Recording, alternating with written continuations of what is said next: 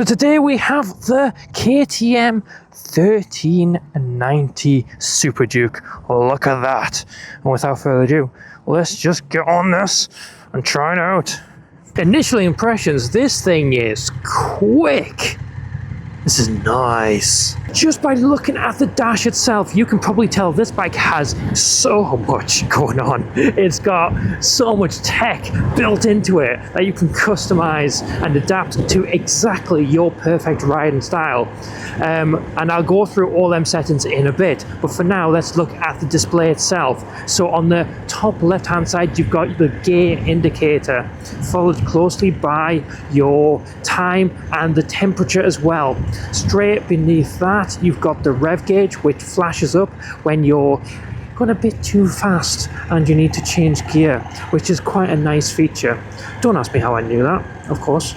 And then just underneath this rev gauge, you've got this white line, and that is your fuel, which is nice. I love a fuel gauge. I can't believe some bikes nowadays still don't have them. I think it's a must on every bike, in my personal opinion, because it's all well and fine saying, oh, you roughly know how much miles your bike does after a while, but why should I need to? Why do I need to set that trip every single time I put fuel in? I prefer to just have it on screen, and that's what this has. It also has how much miles you've got until you get to that empty state as well and have to refill, which is beautiful. You've got the oil there, and then you've got your big, bold miles per hour there, so you can't miss it, which is nice. So underneath all that information, you've got preset stuff.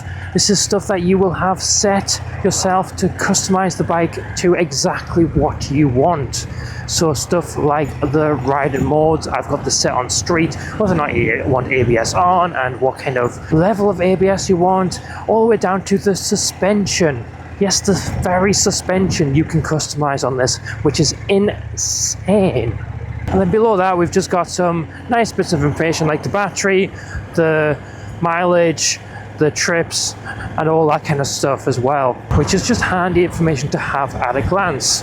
Now, in terms of all the buttons, I am going to actually cover that at the end of the video because there is a lot going on here and I want to make sure I can cover absolutely everything for you guys, including all the settings on the display. So I'll cover that at the very end. Honestly, this bike is nice. Oh, it is. It just has the power. No matter what you want, it just has it. And in terms of the comfort and the kind of ergonomics of it all, it is just comfy and easy to use. This bike is just kind of like an all-rounder, which is just amazing at pretty much everything it does. It's crazy. Now, I would like to mention at this point in the video that this can come with a tech pack. I'll throw all the details on the screen right now so you can see it all, but that is up to you on if you want all that, but I would highly recommend it because you get so many cool features. And to summarize this bike, honestly, it's crazy.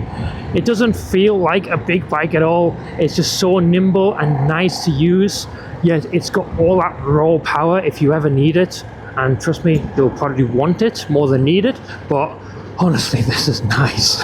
This is lovely. And with the inbuilt tech that you get, you are getting a lot for your money, which is crazy. So now we're back at Iron City Motorcycles. I'm going to go through all these buttons and then the ride modes for you and all the settings on here.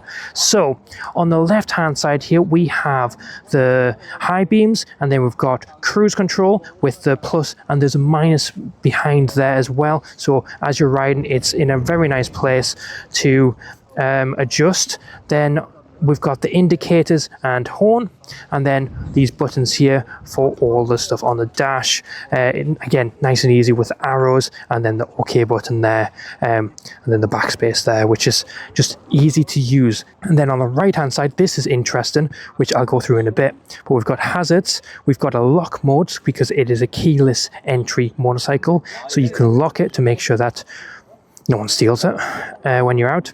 And then you've got the ignition and kill switch there.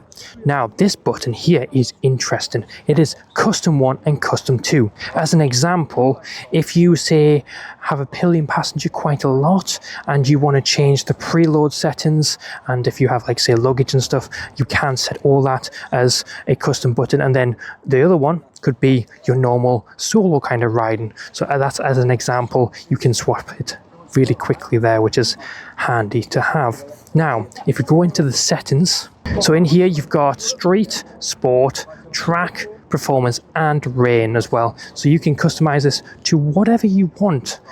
You've got engine braking, so you can have hard engine braking. You've got so much, right down to if you want the quick shifter on. And it gives you them graphics as well to help you understand what each one is going to do. It's insane. If you like customizing your bike to your exact taste, this is a bike for you. Honestly, this is insane. And what's nice as well is if you change the ride mode to say performance or track, you can change so much more. The throttle response, the slip adjuster, the engine braking again, but this one right here, anti-wheelie, right?